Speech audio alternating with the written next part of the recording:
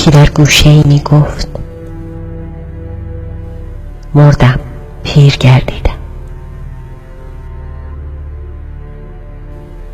دیگر از کار این مردم خدایا سیر گردیدم. به هر کس مهر و دل دادم، ز خود دلگیر گردیدم. تو می گفتی که رحمانی، پناه مستمندانی. بیا ای مهربان، دلهای تنها را تماشا کن.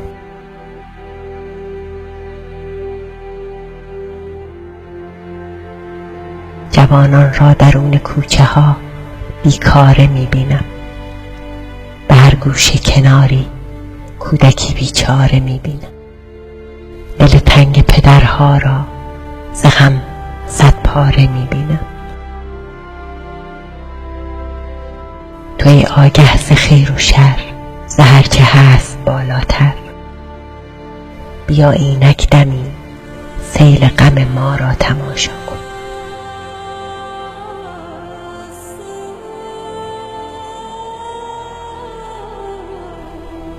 یکی از جانبی خیزد که من مرد خدا هستم.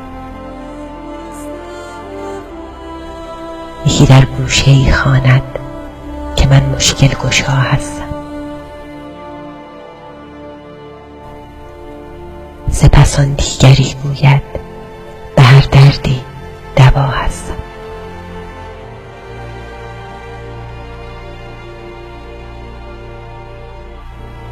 در اینجا روبهان شاهند، غزالان در غم و آهند. بیا مرغان خونین پر، به صحرا را تماشا کن.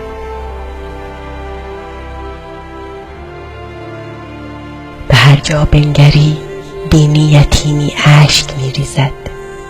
به هر دم ناله‌ای خود را به حلقومی می آویزد. و دادی از گلویی خشک از این ویرانه می خیزد. تو گفتی دردمندان را طبیبی مهربان هستم. دمی حال دل زنهای فحشا را تماشا کن.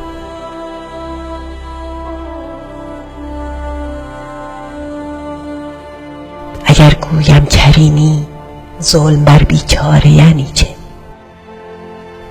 اگر گویم نعیمی، این همه آواره یعنی چه؟ اگر گویم غفوری، سفره ها صد پاره یعنی چه؟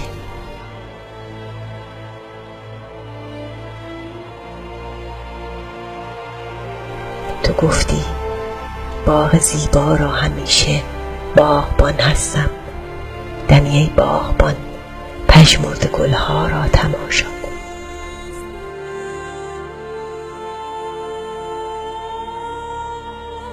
به اشک افتادم ای یارب، ادب از خود رها کردم. تو دریایی و من قطره، در آن دریا شنا کردم. وفا کردی به من یارا، به تو اما جفا کردم. من دیوانه مسکین پشیمانم، خطا کردم. بیا در چشم من یارب، تو دریا را تماشا کن.